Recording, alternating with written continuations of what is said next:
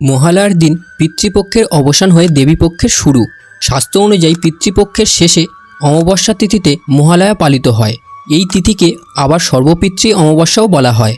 মহালয়ার দিন অনেকেই পূর্বপুরুষদের শ্রদ্ধা জানাতে গঙ্গায় তর্পণ করেন। পিণ্ডদান বা শ্রাদ্ধের মতো আচার অনুষ্ঠান করা হয়। অমাবস্যা তিথি পেত কর্মের জন্য শুভ। সেই কারণে পিতৃপক্ষের অমাবস্যা তিথি পূর্বপুরুষের উদ্দেশ্যে জলদানের পক্ষে খুবই শুভ। তবে এই দিনটিতে বিশেষ কিছু কাজ করলে সারা বছর ভালো কাটতে বাধ্য।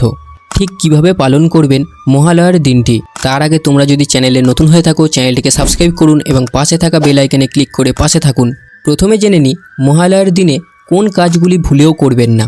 স্বাস্থ্যমতে মহালয়ার এই শুভ লগ্নে বাড়িতে কোনো রকম অনুষ্ঠান যেমন বিবাহ অথবা বাড়ি গাড়ি না কেনাই ভালো। এছাড়াও মহালয়ার দিন যিনি তর্পণ করবেন এই দিনটিতে ভুলেও চুলদাড়ি কাটবেন না। পাশাপাশি এদিন ধূমপান কিংবা মদ্যপান করা উচিত নয়। এছাড়াও মাটি খনন করা উচিত নয়।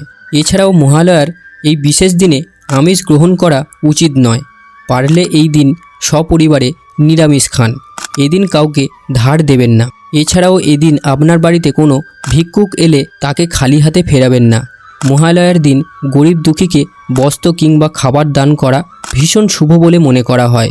মহালয়ার দিন কোন কাজগুলি অবশ্যই করবেন জেনে নিন। ভোরের বেলা ঘুম থেকে উঠে স্নান সেরে নিন। ধুতি পরে পূর্বপুরুষদের উদ্দেশ্যে তর্পণ করুন। খালি পেটে তর্পণ করা উচিত। যারা তর্পণ করতে পারবেন না তারা পূর্বপুরুষের ছবিতে মালা পরিয়ে প্রিয় খাবার রেখে দিতে পারেন। এই দিনে দান ধ্যান করুন। দরিদ্রদের খাবার খাওয়ান।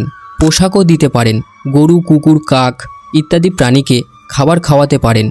এদিন ভগবান বিষ্ণুর নাম জপ করুন।